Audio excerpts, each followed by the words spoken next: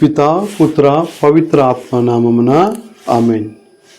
He lifts, ఆయన లేవనెత్తును అను ఈ ఆధ్యాత్మిక కార్యక్రమంకు మిమ్మల్ని అందరినీ ప్రేమపూర్వకముగా ఆహ్వానిస్తున్నాను. క్రీస్తునాథుని యందు ప్రియుల సహోదరి సహోదరులారా, ఈనాడు సత్యశ్రీ సభ ఆగమన కాల 2వ ఆదివారమును కొనియాడుతున్నది.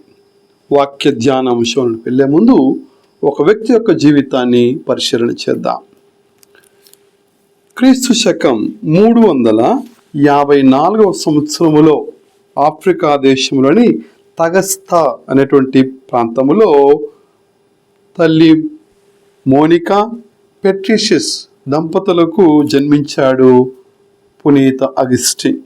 చిన్నప్పటి నుంచి తెలివితో మంచి ప్రతిభ గలవాడు, జ్ఞానం గలవాడు, తర్కం కలిగినటువంటి వాడు. కానీ ఇసుమంతైన అతనిలో క్రమశిక్షణ లేదు. లోక సుఖాల కోసం, కీర్తి ప్రతిష్టల కోసం, ఆనందాల కోసం, సుఖభోగాల కోసం పరుగులు పెట్టాడు. మాణికేయమైనటువంటి తప్పుడు బోధల గుంపులో చేరి తన జీవితాన్ని పాడు చేసుకున్నాడు. చదవటంలో కానీ మాట్లాడటంలో కానీ అతనికి ఉన్న ప్రతిభ లెక్కలేనటువంటిది. కానీ ఆత్మీయ జీవితములో, ఆధ్యాత్మిక జీవితములో అంతా శూన్యముగా ఉంది. ఈ వ్యక్తి కోసం, భర్త కోసం మోనికమ్మ ఏడవని రోజు లేదు, కన్నీరు కాచి ప్రార్థించని రోజు లేదు. ఎంతో దేవునికి ఆ బిడ్డ యొక్క మార్పు కోసం విజ్ఞాపన చేసింది. అయితే ఒక దినాన మిలాన్ పట్టణములో ఉన్నటువంటి ఒక తోటలో ఈ అగస్టిన్ నిరాశతో కూర్చొని ఉన్నాడు. అప్పుడు ఒక దైవ స్వరం అతనికి వినిపించింది. అదేమిటంటే తోలే లెగో అంటే తీసుకొని చదువు అనేటువంటి ఒక దైవ స్వరం ఆయనకు వినిపించింది. వెంటనే పరిశుద్ధ గ్రంథాన్ని తెరిచి చూశాడు. రోమపత్రిక 13వ అధ్యాయము 13 నుంచి 14 వచనాలలో ఆయన వాటిని చదివి ఉన్నాడు. ఇప్పుడు ఎంత వేరైనదో మీకు తెలియదు కదా. మీరు నిద్ర నుండి మేలుకొనవలసిన సమయం ఆసన్నమైనది. మొదట మనం విశ్వసించిన వాటికంటే ఇప్పుడు మనకు రక్షణ లభించే సమయము మరింత దగ్గరైనది. రాత్రి ముగే వచ్చినది, పగలు సమీపించినది. చీకటికి చెందిన పనులను ఇక మనము మానివేయదము. పగటి వేళ పోరాటమునొచ్చుటకు ఆయుధమును ధరించుదము. ఈ వాక్యం అతనిని ప్రేరేపించింది, బలపరిచింది, అణువణువున అతనిని శోధించింది, శోషించింది. ధ్యానించాడు, మననం చేశాడు.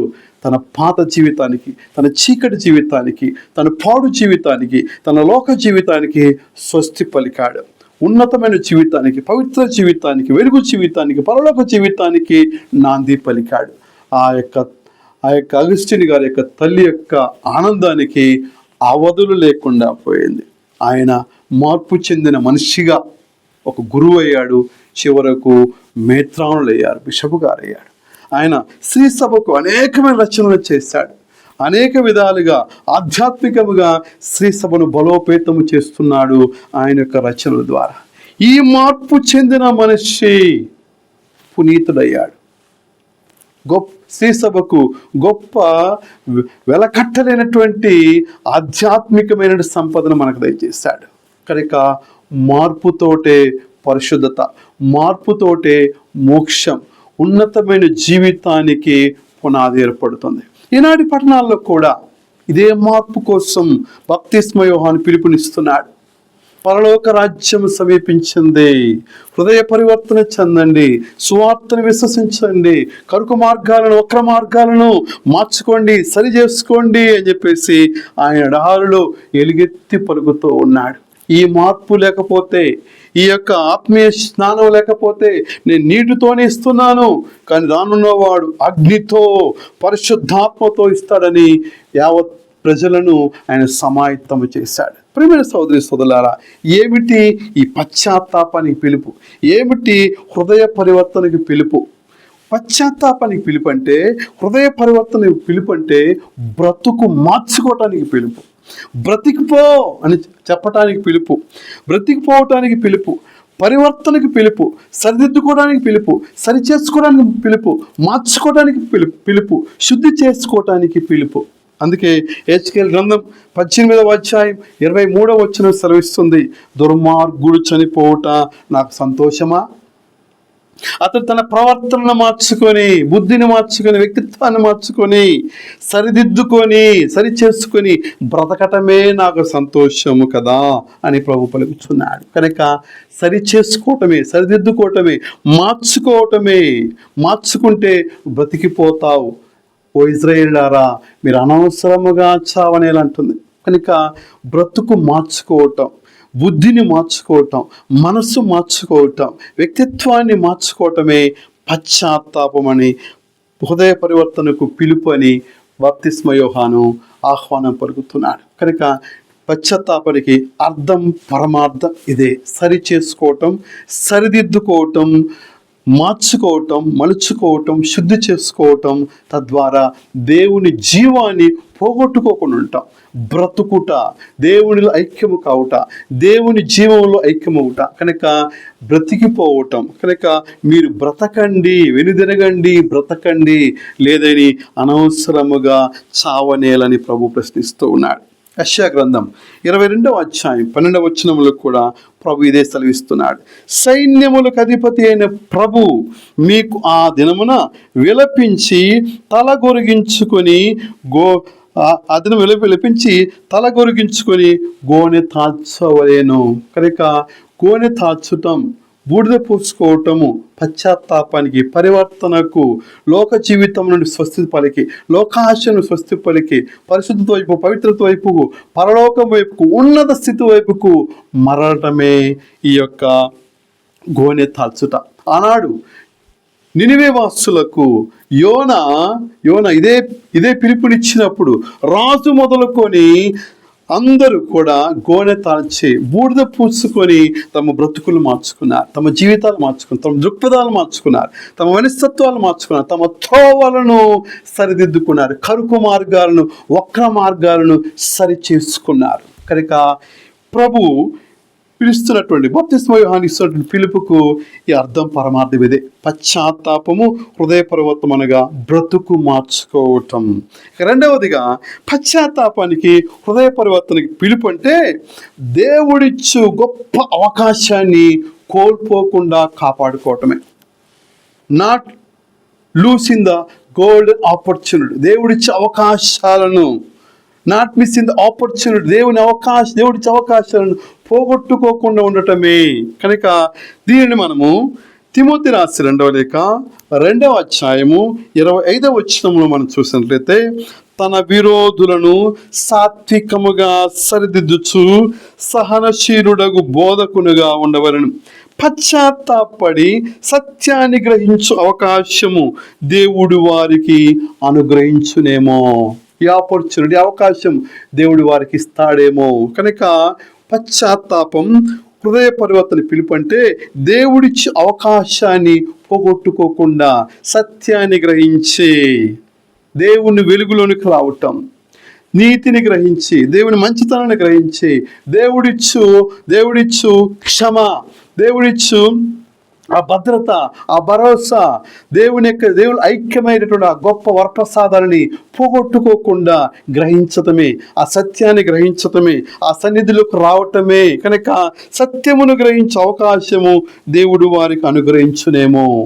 యోనా బోధలకు, యోనా ఇచ్చిన పిలుపుకు రాజు మొదలుకొని అందరూ కూడా అదే చివరి అవకాశము, దేవుడు మనకిస్తుంది, ఇది చివరి అవకాశము అని చెప్పేసి అందరూ కూడా అవకాశాన్ని ఉపయోగించుకున్నారు, దుర్వినియోగం చేసుకోలేదు. అందరూ, ఎవరు కూడా అనుమానించకుండా, లేకపోతే వాదించకుండా, నిందలు వేయకుండా దేవుడిచ్చే అవకాశాన్ని, ఈ గొప్ప అవకాశం, ఈ అవకాశం వల్ల వస్తుందో రాదో అని చెప్పేసి నినివే వాసులు అందరూ కూడా పశ్చాత్తాపానికి పూనుకున్నారు, హృదయ పరివర్తనకు సంసిద్ధులయ్యారు. దేవుడిచ్చినటువంటి గొప్ప అవకాశాన్ని వారు వదులుకోలేదు, దేవుని యొక్క కోపాగ్ని నుండి వాళ్ళు తప్పించుకున్నారు. ప్రియ సహోదరి సహోదరులారా, కొరింథీయుల 2వ లేఖ 6వ అధ్యాయము 1-2 వచనాలు మనం చూసినట్లయితే, మీరు పొందిన దేవుని కృపను వ్యర్థము చేయరాదు అని తోటి పనివారమైన మేము అర్థించుచున్నాము. ఏలనా అనుకూల సమయమున నిన్ను ఆలకించితని, రక్షణ దినమున నీకు తోడ్పడితని అని దేవుడు చెప్పుచున్నాడు. ఆయనచో ఆలకించండి. ఇదిగో ఇప్పుడు మిక్కిలి అనుకూల సమయం, ఇదే రక్షణ దినము. అనుకూల సమయం, ఇదే రక్షణ దినం. మరో గంటలో ఉంటుందో లేదో, నీకు ప్రాణమే పోవచ్చు, ప్రభు పిలవచ్చు, రెండవ రాకడే రావచ్చు, ఏదైనా జరగవచ్చు. నులివెచ్చగా ఉండక, ఓసర వెల్లులుగా ఉండక, లేకపోతే నులివెచ్చగా ఉండక దేవుడిచ్చే అవకాశాన్ని, దేవునిచ్చే గద్దింపులను నీవు సద్వినియోగపరచుకో. కనుక ఇదే మిక్కిలి అనుకూల సమయం, ఇదే రక్షణ దేము. తర్వాత గురించి ఆలోచించే, తర్వాత చూద్దాంలే, ఇప్పుడు కాదులే, తర్వాతలే అన్నీ అయిపోయిన, అన్ని అనుభవించిన తర్వాత, ముసలివాణి అయిన తర్వాత, అన్ని సుఖాలు అనుభవించిన తర్వాత అని పగటి కలలు కనుగాక. ఇదే అనుకూల సమయం, ఇదే మిక్కిలి రక్షణ దినము. కనుక దేవుడిచ్చే అవకాశాన్ని పోగొట్టుకోరు నిజమైన పరితాప హృదయాలు. కనుక పశ్చాత్తాపానికి, హృదయ పరివర్తనకి బప్తిస్మ యోహాను పిలుపునిస్తూ ఉన్నాడు. కనుక మొట్టమొదటిగా మనం చూసిన విధముగా పశ్చాత్తాపానికి, హృదయ పిలుపనగా బ్రతుకు మార్చుకోవటానికి, జీవితాన్ని మార్చుకోవడానికి, బ్రతికిపోవటానికి, దేవుని జీవాన్ని కాపాడుకోవటానికి. రెండవదిగా హృదయపూర్వక పిలుపు అంటే దేవుడిచ్చి అవకాశాన్ని పోగొట్టుకోకుండా, దేవుడిచ్చి గొప్ప సమయాన్ని, ఈ విలువైన జీవితాన్ని, ఈ విలువైన సమయాన్ని, కాలాన్ని వృధా చేసుకోకుండా, పగటి కళ్ళ కనకుండా, చూద్దామని చెప్పేసి కాలయాపన చేయకుండా దొరికిన ప్రతి అవకాశాన్ని సద్వినియోగపరుచుకొని దేవుని తట్టు తిరగమని వాక్యం మనకు సెలవిస్తూ ఉంది. ప్రియ సహోదరి సోదరులారా, ఇక పశ్చాత్తాపం, పరివర్తన అనేటువంటి ఈ యొక్క పదానికి లోతుగా ధ్యానం చేద్దాం. దేవుడు ఆశిస్తుంది ఏమిటి? ఈ పశ్చాత్తాపం, హృదయ పరివర్తన అంటే దేవుడు నిన్ను నన్ను ఆశిస్తుంది ఏమిటి? పాపం యొక్క జీతం మరణం, వెనుదిరిగితే బ్రతుకుతూ ఉంటుంది. కనుక వైదొలుగు పాప కృత్యాల నుండి, దుర్మార్గాల నుండి, దుష్కార్యాల నుండి అని పరిశుద్ధ గ్రంథం మనకు సెలవిస్తుంది. నేటి యొక్క సుశేషం కూడా మనకు హెచ్చరిస్తుంది. పశ్చాత్తాపం అనగా, హృదయ పరివర్తన అనగా వైదొలగటం, పాప కృత్యాల నుండి, పాప మనుషుల నుండి, పాప పంకిలము నుండి, పాప సంబంధమైన వ్యక్తుల, శక్తుల, ప్రదేశాల నుండి, పాప సంభాషణ నుండి వైదొలుగు అని వాక్యం మనకు సెలవిస్తూ ఉంది. కనుక పరిశుద్ధ గ్రంథములో మనకు యోసేపు జీవితాన్ని చూస్తే, యోసేపు పాప సంకటముల నుండి, పాప కృత్యముల నుండి, పోతీఫరు భార్య నుండి అతడు పారిపోయాడు. పాపానికి బానిస కాకుండా, పాపానికి ఆకర్షింపబడకుండా ఆ సంఘటన నుండి బయటపడ్డాడు. కనుక యెహెజ్కేలు గ్రంథము 18వ అధ్యాయం 30వ వచనములో ప్రభు ఇదే సెలవిస్తున్నాడు. ఇశ్రాయేలులారా, యావే ప్రభుడునైన నేను చెప్పున్నదేమనగా, నేను మీలో ప్రతివానికి తాను చేసిన పనులను బట్టి తీర్పు విధిస్తాను. కనుక మీరు మీ దుష్కార్యముల నుండి వైదొలగండి, మీ పాపముల వలన మీరు నాశనము కావలదు. కనుక వైదొలుగు, బ్రతుకు మార్చుకో. ఆ ప్రదేశాల నుండి, ఆ వ్యక్తిత్వాల నుండి, ఆ మనస్తత్వాల నుండి, ఆ యొక్క పరిసరాల నుండి, ఆ సంభాషణ నుండి వైదొలుగు. తద్వారా పాపమునికి బానిస కావు. పాప జీవితాన్ని, మరణానికి, నాశనకరమైన జీవితానికి, శాపగ్రస్తమైన జీవితానికి నీవు గురి కావు అని ప్రభు సెలవిస్తూ ఉన్నాడు. ప్రియ సహోదరి సోదరులారా, ఇక మరింత లోతుగా ధ్యానం చేద్దాం. పశ్చాత్తాపం, హృదయ పరివర్తనం అంటే అనగా దేవుని శరణు వేడుట, దేవునికి విధేయుడు కావుట, దేవునికి దాసోము కావుట, నీ ఏమిలేమితనాన్ని వ్యక్తపరచుట, నిస్సహాయతను వ్యక్తపరచుట. నీవు ఒక విధంగా చెప్పాలంటే శరణు వేడుట, శరణు జొచ్చుట. నేను అయోగ్యుడను, నా పాపముల చేత, నా బలహీనత చేత పరిశుద్ధతను, పవిత్రతను, లేదా నీ యొక్క వరప్రసాదాలను, అనుగ్రహాలను సంపాదించుకోలేనయ్యా. కనుక నీ శరణ జొచ్చుచున్నాను, నిస్సహాయుడను అన్నటువంటి సత్యం మనకు బోధిస్తూ ఉంది. రాజుల మొదటి గ్రంథములో 8వ అధ్యాయము 33 నుండి 34 వచనాలు మనం చూసినట్లయితే రాజుల మొదటి గ్రంథం 8వ అధ్యాయము 33 నుంచి 34 వచనాలు చూసినట్లయితే, నీ ప్రజలైన ఇశ్రాయేలీయులు పాపము చేసినందున తమ శత్రువుల చేతుల్లో ఓడిపోయి మరలా మీ శరణుజొచ్చి ఈ దేవలమున నిన్ను స్తుతించి క్షమాపణ అడుక్కున్నచో ఆకాశము నుండి నీవు వారి వేడుకోలును ఆలింపుము, వారి తప్పిదములను మన్నింపుము. నీవు వారి పూర్వీకులకు ఇచ్చినటువంటి ఈ నేలకు వారిని మరలా చేర్చుము. కనుక ఇశ్రాయేలు ప్రజలు శరణుజొచ్చినప్పుడు, పాపము చేసి ఒప్పుకొని తమ దురాగతాలకు క్షమించమని నిన్ను వేడినప్పుడు, శరణుజొచ్చినప్పుడు అయ్యా వారి తప్పిదాలను క్షమించు. నీ వాగ్దానము చేసినటువంటి నీవు పూర్వీకులకు అబ్రహాము, ఇస్సాకు, యాకోబు దేవులకు నువ్వు యాకోబు దేవుడు అని సెలవిచ్చిన విధముగా, తరతరములకు నువ్వు వాగ్దానము చేసిన విధముగా నువ్వు భుక్తము చేస్తానటువంటి నేలను వారికి మరలా దయచేయము. కనుక హృదయ పర్వతం అనగా శరణు జొచ్చుట, శరణు వేడుట, నిస్సహాయతను వ్యక్తపరచుట, దేవుని యొక్క శక్తికి, దేవుని యొక్క బలమునకు, దేవుని అనుగ్రహాలకు, దేవుని వరప్రసాదాలకు, దేవునిచ్చు ఆదరణకు, ఆయనిచ్చు సంరక్షణకు దాసోము కావటమే. ఇక పరిశుద్ధ గ్రంథంలో మనం చూసినట్లయితే అలా దాసోము కానటువంటి వారు తప్పు చేసి, పాపము చేసి దేవుని శరణు వేడుక సమర్థించుకున్న జీవితాలు, కప్పిపెట్టుకున్న జీవితాలు మనకు కోకలలుగా కనపడతాయి. ఆదాము పాపము చేసి, ఆదాము ఏవలిద్దరూ కూడా వారు ఒకరిపై ఒకరు నింద వేసుకుంటూ, ఇదిగో నీవు సృష్టించిన, ఇదిగో నీవు నాకు తోడు నీడగా ఇచ్చినటువంటి ఈ ఏవో వల్లే, ఏవా నీవెందుకు ఈ పని చేస్తావు, ఇదిగో ఈ సర్పం వల్లే, ఈ విధముగా ఒకరిపై ఒకరు నిందించుకుంటూ సమర్థించుకుంటూ ఉన్నారు. ఇక కయీను అసూయ చేత రగిలిపోయి తన తమ్ముడిని చంపినప్పుడు, ఆ తమ్ముని యొక్క రక్తం, ఆబేలు రక్తం దేవుని మొరపెట్టినప్పుడు, కయీను నువ్వెక్కడా అన్నప్పుడు, నేనేమన్నా నా తమ్ముడికి కాపలాదారున్నా అని పలికాడు. ఒప్పుకొనుటకు బదులుగా, శరణుజొచ్చుటకు బదులుగా, శరణు వేడుటకు బదులుగా సమర్థించుకున్నాడు, కప్పిపెట్టుకున్నాడు. ప్రియ సహోదరి సహోదరులారా, కనుక సామెతల గ్రంథం 28వ అధ్యాయం 13వ వచనం సెలవిస్తుంది, తన పాపములను కప్పిపెట్టుకునేవాడు ఎన్నటికి బాగుపడడు, దానికి బదులుగా ఒప్పుకునేవాడు దేవుని దయను, శరణుజొచ్చినవాడు, ఒప్పుకునేవాడు, శరణు వేడుకునేవాడు, అంగీకరించేవాడు దేవుని దయను, దేవుని క్షమను పొందుకుంటాడని వాక్యం మనకు సెలవిస్తుంది. ప్రియ సహోదరి సహోదరులారా, దేవుడు నాతాను ప్రవక్త ద్వారా దావీదుని హెచ్చరించినప్పుడు, దావీదుని గద్దించినప్పుడు, నేను రాజుని కదా, నీవే నాకు చెప్పేటంతడు అని చెప్పేసి కత్తి దూయలేదు, సమర్థించుకోలేదు, కళ్ళుబొల్లి అనేక మందిని దొంగ సాక్ష్యాలను పెట్టి ఇదిగో నువ్వు అన్నది తప్పు అని చెప్పేసి ఈ రీతిగా తన రాజరిక సింహాసనాన్ని తనకిష్టం వచ్చినట్టుగా వాడుకోలేదు. నాతాను ప్రవక్త హెచ్చరించినప్పుడు ఆయన దేవుని శరణు వేడాడు, దేవుని పాదములు పట్టుకున్నాడు, దేవుని శరణు వేడుతూ ప్రార్థించాడు.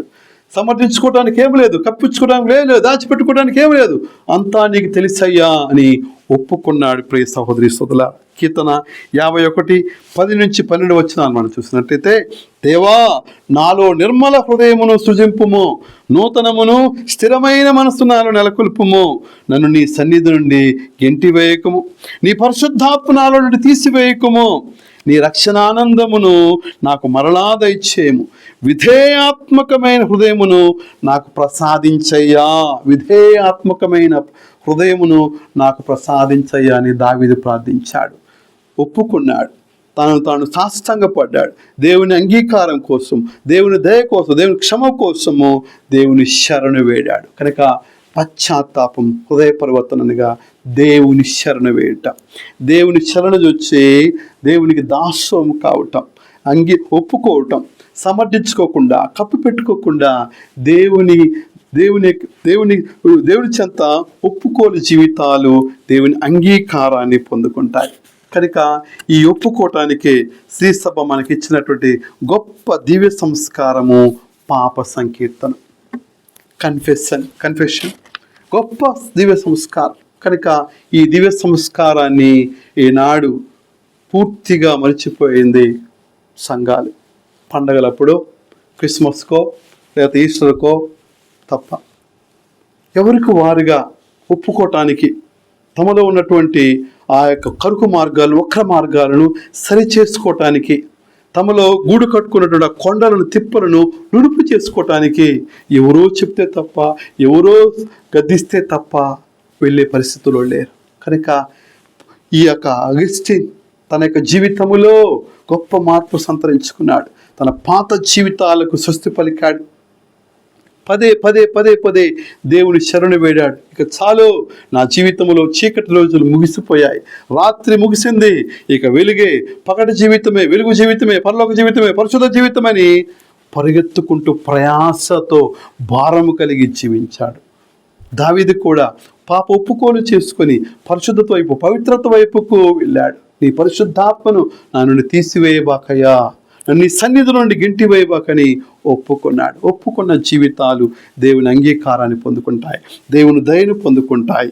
కనుక సామెలు 2వ గ్రంథం 12వ అధ్యాయం 13వ వచనములో నాతాను ప్రవక్త దావీదుని హెచ్చరించినప్పుడు, నేను యావేకు ద్రోహముగా తప్పు చేశాను అని ఒప్పుకున్నాడు దావీదు.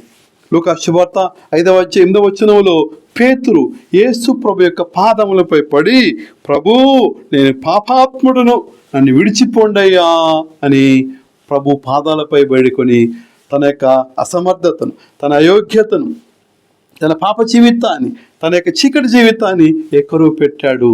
దేవుని ముందు సాష్టాంగపడ్డాడు. ఇదిగో నా జీవితం, నేను పాపాత్ముడను అని చెప్పేసి పేతురు ప్రభు పాదాల మీద పడ్డాడు. లూకా సువార్త 15వ అధ్యాయం 19వ వచనం చూస్తున్నట్లయితే, ప్రభు చెప్పినటువంటి ఉపమానములు, దుడుకుచున్న ఉపమానములో రెండవ కుమారుడు తండ్రి ప్రేమ కోసం ప్రతిపించాడు, తండ్రి అంగీకారం కోసం ప్రతిపించాడు. పశ్చాత్తాపంతో, ఇరునల హృదయముతో తన పాప స్థితి నుండి, పందుల స్థితి నుండి, చీకటి స్థితి నుండి, లోక స్థితి నుండి లేచి, తండ్రి, నేను నీకును పరలోక తండ్రికి ద్రోహము చేసి నీ కుమారుని అనిపించుకున్న తగనని చెప్పేసి సఖ్యత పడ్డాడు, సమాధాన పడ్డాడు, ఒప్పుకున్నాడు, దేవుని దయను పొందుకున్నాడు, దేవుని అంగీకారాన్ని పొందుకొని ఉన్నాడు. అదేవిధముగా తిమోతి రాష్ట్ర మొదటి లేఖ 1వ అధ్యాయం 15వ వచనములో పౌలు గారు కూడా, నేను పాపాత్ములలో ప్రథముడనని తన అయోగ్యతను దేవుని ముందు ప్రదర్శించాడు. తన తెలివితేటలు కానీ, తన తత్వాన్ని కానీ, తన తర్కాన్ని కానీ ముందు పెట్టలేదు, తన జ్ఞానాన్ని ముందు పెట్టలేదు.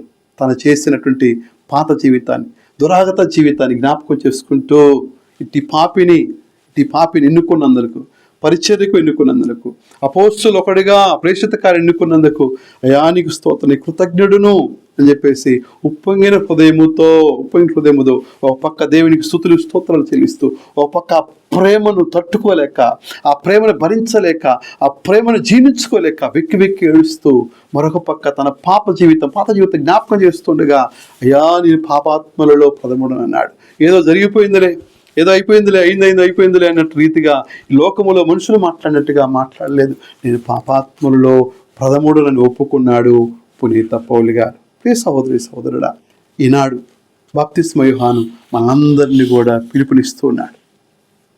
మార్పు లేకుండా, మార్పు చెందకుండా మోక్షము లేదు, అగ్నిస్థానము లేదు, పరిశుద్ధాత్మ స్నానము లేదు, పరిశుద్ధాత్మ అభిషేకము లేదు, దేవుని యొక్క అంగీకారము లేదు, దేవుని చెంత స్థానము లేదు. కనుక మలచుకొనండి, దేవుడిచ్చే అవకాశం ఉపయోగించుకొనని మానవాళికి పిలుపునిస్తున్నాడు.